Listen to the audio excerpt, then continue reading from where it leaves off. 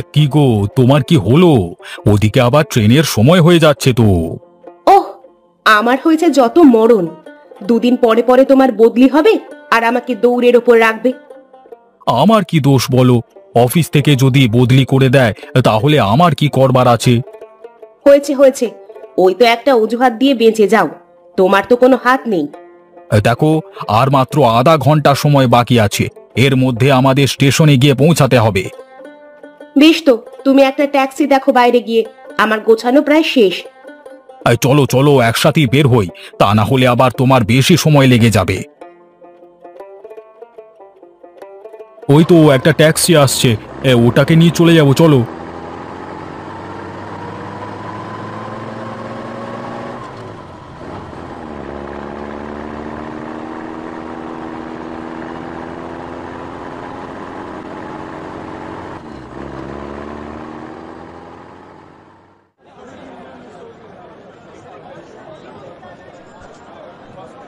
দেখো, এখনো তোমার ট্রেন এসে পৌঁছায়নি। আরে ট্রেন তো আর বাস গাড়ির মতো না, আমাদের জন্য দাঁড়িয়ে থাকবে না। তাই তো আগে এসে অপেক্ষা করতে হবে।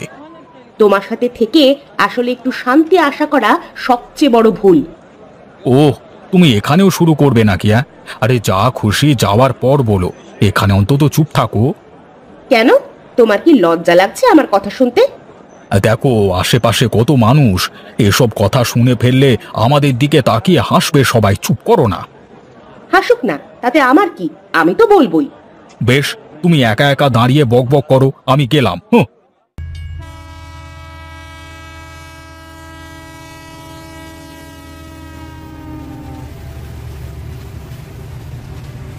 আরে সাবধানে, আরে আবার মাথা বার করে দিও না কিন্তু। আমার সে খেয়াল আছে, আমাকে নিয়ে তোমার চিন্তা না করলেও চলবে। আচ্ছা, তুমি কি একটু ভালো করে আমার সাথে কথা বলতে পারো না? দেখো তো চারপাশে কত মানুষ, তাদেরকেও এমন করে, দেখো না। আমি তো আর সবার মতো না, তাই আমি সবার মতো থাকতেও পারবো না। তোমার যদি ভালো না লাগে বলো, আমি চলে যাচ্ছি। না না, থাক, তোমাকে কোথাও যেতে হবে না। তোমার যা মন চায় তাই করো। কি গো, আমার কথায় কি কষ্ট পেলে তুমি? আমি কষ্ট পেলেই কি আর না পেলেই কি? তুমি কি কখনো আমার কথা একবারের জন্য হলেও ভাবো নাকি? এই যে তুমি 12 মাসে 4টে বদলি আদেশ পেলে, এটা কি আমার দোষে না তোমার দোষে বলো? আমার কি করবার আছে? আমি যেখানেই যাই সমস্যা সমাধান হয়ে গেলেই আমাকে সেখান থেকে তাড়িয়ে দেয়। আমি কি করবো? বেশ, তো তোমার এত ভালো হওয়ার কি দরকার বলো দেখি? নাকি দেশের মানুষের ভালো করবে তার ঠেকা তুমি নিয়ে রেখেছো? দেখো গিন্নি, আমি একজন সরকারি কর্মকর্তা। আমার উপর সরকারের জনগণের কত দায়িত্ব। আমি কি আমার দায়িত্ব এড়াতে পারি বলো? এই চুপ করো তো, তোমার এই কথা আমার আর শুনতে ভালো লাগে না। এই অজ পাড়া গায়ে তোমার বদলি করে ঠিকই করেছে। তোমার মতো মানুষের শহরে থাকার কোনো অধিকার নেই।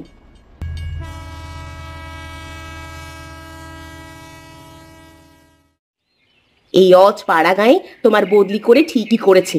তোমার মতো মানুষের শহরে থাকার কোনো অধিকার নেই। বেশি কথা না বলে পা চালাও, তা না হলে একটু পরই আবার সন্ধ্যা লেগে যাবে। তখন অন্ধকারে আরেক বিপদে পড়ব কিন্তু। কেন, তোমার আগে থেকে মনে ছিল না?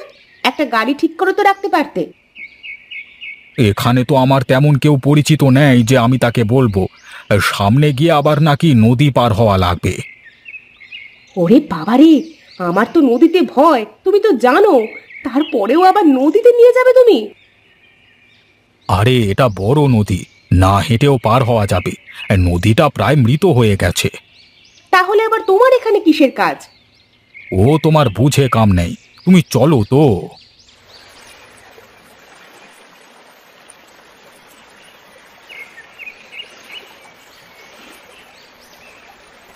কই, কোনো মাঝিকে তো দেখছি না। ওই যে একজনকে নৌকায় বসে থাকতে দেখা যাচ্ছে, চলো ওনাকে গিয়ে বলি। ঠিক আছে, চলো গিয়ে বলো। ওপারে যাবেন না কি সাহেব? হ্যাঁ হ্যাঁ, আমরা ওপারে যাব। আমাদের একটু ওপারে পার করে দেবেন আপনি?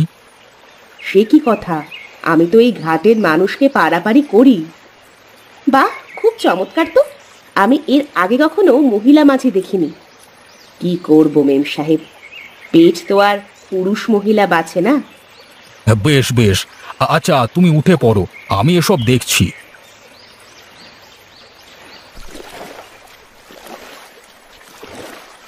আচ্ছা, এই নদীতে পানি এত কম কেন? আর এই পানি এত কালো কেন? সে এক করুণ কাহিনী মেম সাহেব। এর জন্যই তো উনি নিজের জীবনটা পর্যন্ত দিয়ে দিলেন। উনি বলতে কে জীবন দিয়েছে একটু বলবেন আমাকে? আসলে আমি নদী গবেষণার অফিসার, আমাকে এই নদীর সংস্কারের জন্যই পাঠানো হয়েছে আর কি। সত্যি বলছেন বাবু আপনি? হ্যাঁ, আপনি নির্ভয়ে সব বলতে পারেন। আমরা শহর থেকে এসেছি, এখন থেকে এই গ্রামে থেকেই গ্রামের মানুষের দুঃখ দুর্দশা দূর করার চেষ্টা করব। বেশ, খুব ভালো। তা আপনারা কোথায় থাকবেন এখানে? শুনেছি অফিসের কোয়ার্টার আছে, সেখানেই হয়তো ব্যবস্থা করে নিতে হবে। আপনারা যদি কিছু মনে না করেন, আমি আপনাদের একটা কথা বলবো। বেশ, বলেন দেখি, শুনি। আপনারা চাইলে আমার বাড়িতে থাকতে পারেন। আমার বাড়িতে আমি একলাই থাকি। চাইলে আপনারাও আমার সঙ্গে থাকতে পারবেন, আপনাদের কোনো সমস্যা হবে না। আসলে অফিস থেকে যদি থাকবার ব্যবস্থা করে তাহলে তো আর কোথাও থাকা হবে না, আর যদি না হয় তখন ভেবে দেখা যাবে। আপনি তো থাকছেনই, তাই না?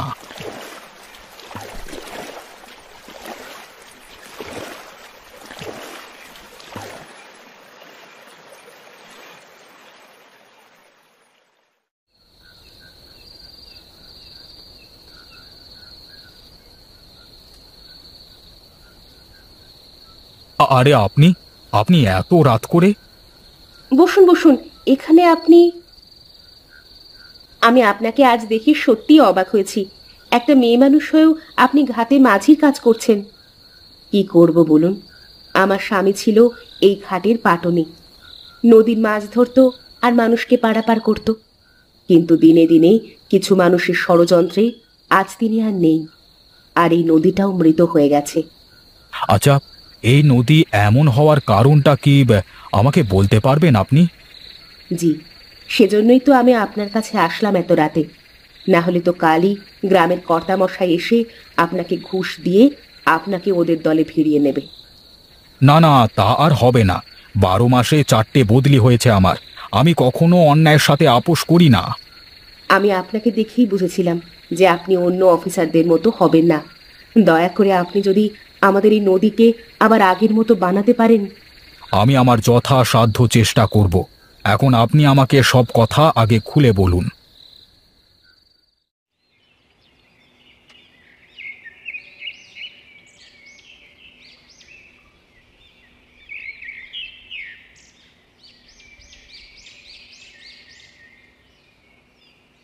আপনি কে? আপনাকে তো এ গায়ে আগে কখনো দেখিনি। কি চান আপনি? আগে মহাশয়, আমি নদী গবেষণার অফিসার, কালই নতুন এসেছি এ গায়ে। এই যে নদী মৃতপ্রায়, এটাকে আবার আগের মতো করবার জন্য সরকার আমাকে পাঠিয়েছে। বেশ, তো আসুন আসুন, ভেতরে আসুন, বসে কথা বলি। না না, আমি বসে কথা বলতে আসিনি। আপনি আপনার ম্যানেজারকে ডাক দিন তো। আগে আমি ম্যানেজার, আমি আপনাকে আমার মালিকের সাথে কথা বলিয়ে দিচ্ছি। আপনি একটু দাঁড়ান, আমি ডেকে আনছি। ঠিক আছে, আমার হাতে সময় কম। যা করবেন একটু তাড়াতাড়ি করবেন প্লিজ।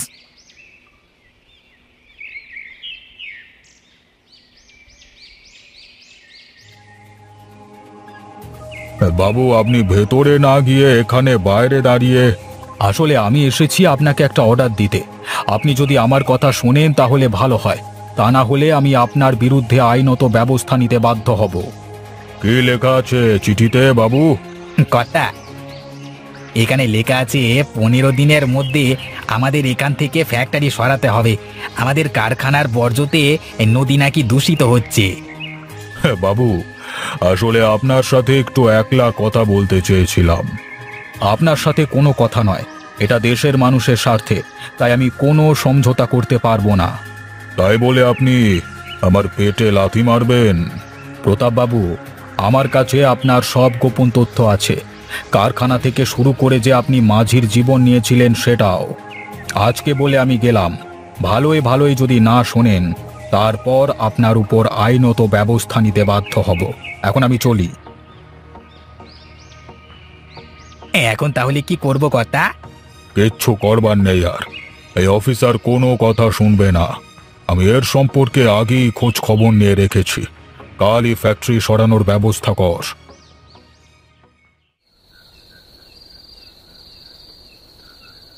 আরে দিদি, আপনি আসুন আসুন। এসবের আবার কি দরকার ছিল দিদি? ভাবলাম আপনারা আমাদের জন্য এত বড় কাজ করলেন, তাই একটু মিষ্টিমুখ করাতে আসলাম। এটা তো আমার দায়িত্ব। এই নদীকে আমি আবার আগের মতো করে দেখতে চাই। প্রতাপবাবু তার ফ্যাক্টরি সরিয়ে নিয়েছে। এখন থেকে নদীতে আর ওই বিষাক্ত বজ্র পড়বে না।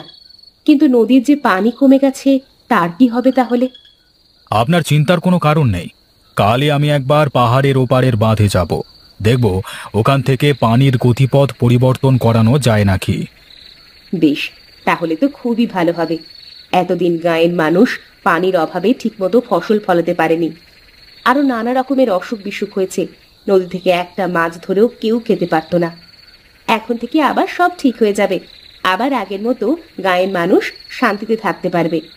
বেশ, এখন তাহলে আমি চলি, আবার দেখা হবে। দেখেছ তো গিন্নি, একটা ভালো কাজ করলে মানুষ কত ভালোবাসে। এজন্যই তো আমি যাই বলি না কেন, তোমাকে কখনো ছেড়ে যাব না। এ নাও, এখন ফিরনিটা খেয়ে নাও। দেখেছ গিন্নি, গায়ের মানুষের ভালোবাসা কত সহজ সরল। তারা আমার জন্য সবাই কেমন ছুটে এসেছে। বাবু আপনি তো দেবতা হয়ে এসেছেন আমাদের জন্য। এখন থেকে আর আমাদের কারো দিকে তাকিয়ে থাকতে হবে না। যখনই মানুষ অধিক পাপাচার খারাপ কাজে লিপ্ত হয়, তখন কেউ না কেউ আসে ওদের দুষ্টের দমন করতে। আজ আপনার জন্য আবার গ্রামের মানুষ তাদের নতুন জীবন ফিরে পেল। আপনাকে অসংখ্য ধন্যবাদ। তবে দিদি, আমারও নতুন একটা অভিজ্ঞতা হলো। মানুষ চাইলেই সব কিছু করতে পারে, তার একটা উদাহরণ তুমি। সময় মানুষকে মজবুর করে সব করতে। দিদি, তোমার এই সাহসিকতার প্রমাণ আজকের এই মরা নদী আবার প্রাণ ফিরে পেয়েছে। সবই দাদাবাবুর জন্য। আপনারা সবাই আশীর্বাদ করবেন আমাদের জন্য। বেশ, এবার তাহলে আমরা চলি। আমাদের আবার ট্রেনের সময় হয়ে যাবে।